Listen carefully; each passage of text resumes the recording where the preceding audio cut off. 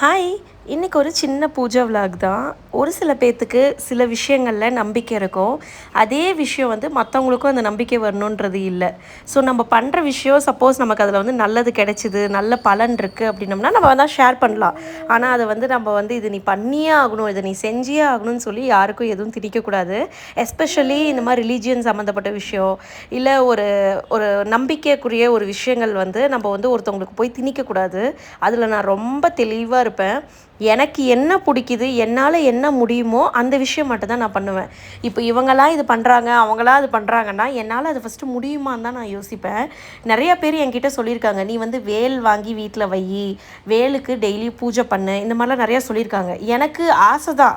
But இருந்தாலும் என்னால் அது முடியுமா, நான் டெய்லி என்னால் பண்ண முடியுமா, இதெல்லாம் நான் யோசிப்பேன். ஆனால் சாமி இதெல்லாம் பண்ணாதான் நமக்கு வரன் கொடுப்பாங்கன்றதெல்லாம் இல்லை. நம்மளால் என்ன முடியுமோ அதை நம்ம பண்ணி சந்தோஷமாக மனநிறைவாக சாமி கும்பிட்டா போதும் தான் நான் ஒவ்வொரு டைமும் யோசித்து, எத்தனை பேர் என்ன பண்ணாலும் சரி, எனக்கு என்ன வருதோ அதுதான் நான் பண்ணுவேன். இந்த மாதிரி நிறையா பேர் இந்த தாட்டோடு இருந்தாங்கன்னா கண்டிப்பாக பல பேர் வீட்டில் வந்து பிரச்சனை வராது. எஸ்பெஷலி இப்போ புதுசாக ஒரு இடத்துக்கு மேரேஜ் ஆகி போகிறாங்க, புதுசாக ஒரு இடத்துக்கு அடாப்ட் ஆகணும் அப்படிலாம், அந்த டைமில் வந்து நம்ம இந்த மாதிரி ஒரு திங்கிங்லாம் வச்சுருந்தோம்னா நமக்குள்ளே எந்த பிரச்சனையுமே வராதுன்னு தான் யோசிப்பேன்.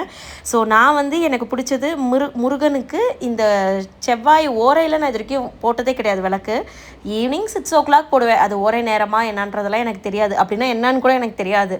ஆனால் இன்றைக்கி ஃபஸ்ட்டு செவ்வாய் ஓரைன்றது மத்தியானம் 1 o'clockலேருந்து 2 o'clock வரைக்கும் இருக்குதுன்னு சொன்னாங்க.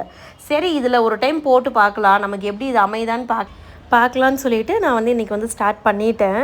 ஸோ எப்பயும் போல் முருகனுக்கு என்கிட்ட வந்து தனியாக முருகனோட ஃபோட்டோ இல்லை அவரோட சிலை, வேல் இந்த மாதிரிலாம் எதுவுமே கிடையாது. இந்த 5 சாமி ஃபோட்டோ இருக்கும் இல்லைங்களா, ஸோ அதில் வந்து முருகனோட ஃபேஸ் இருக்குது. ஸோ அதை வச்சு தான் நான் எப்பயுமே வந்து சாமி கும்பிடுவேன்.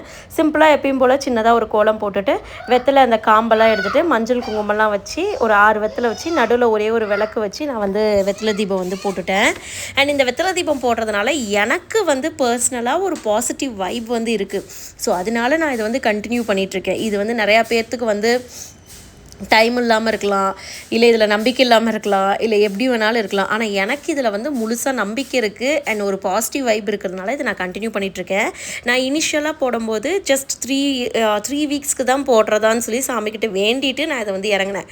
பட் என்னால் இன்னமுமே அதை வந்து ஸ்டாப் பண்ணவே முடியல, போட்டுகிட்டே தான் இருக்கேன்.